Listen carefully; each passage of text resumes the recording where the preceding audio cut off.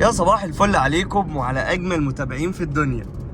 معانا النهارده وحش جديد من وحوش السواقه اللي ما كانش فاكر ان هو هيتعلم ولا يحصل اللي هو شايفه بعينيه دلوقتي. معانا النهارده مستر محمد جندي وهو على الطريق السريع بعد ما دخلنا طنطا ودخلنا سبيربي، شاف الزحمه بعينيه لدرجه ان هو كان فاكر انه مش هيطلع منها. ازيك يا مستر محمد؟ ازيك يا مستر كابتن مؤمن؟ عامل ايه؟ تمام الحمد لله. ايه رايك في الزحمه والطريق السريع؟ لا تمام، ما بقاش فيه تنشانه خالص. انت كنت الاول يعني شايف ان السواقه دي حاجه كده جايه من الفضاء، اللي هو الناس دي بتعمل كده ازاي؟ لما بدات تبدا تعمل الحركات بالراحه وتركز وتبقى سلس، لقيت الموضوع اجمل بكتير، صح كده ولا ايه؟ دلوقتي كله تمام الحمد لله. طب احكي للناس كده، انت اتدربت معانا عملت ايه وخدت ايه واحنا بدأناه من الاول خالص يعني اللي هو المفتاح. من اول بتاع. تمام.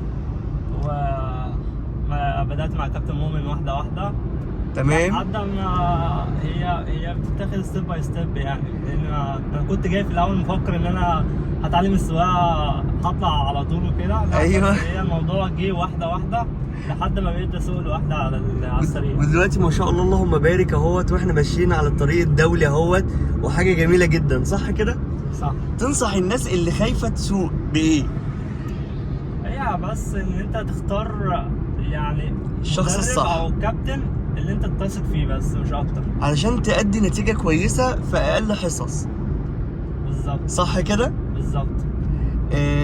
تحب تقول للناس حاجه، او تحب انك انت تقول لهم مثلا معلومه، اي حاجه من الحاجات دي؟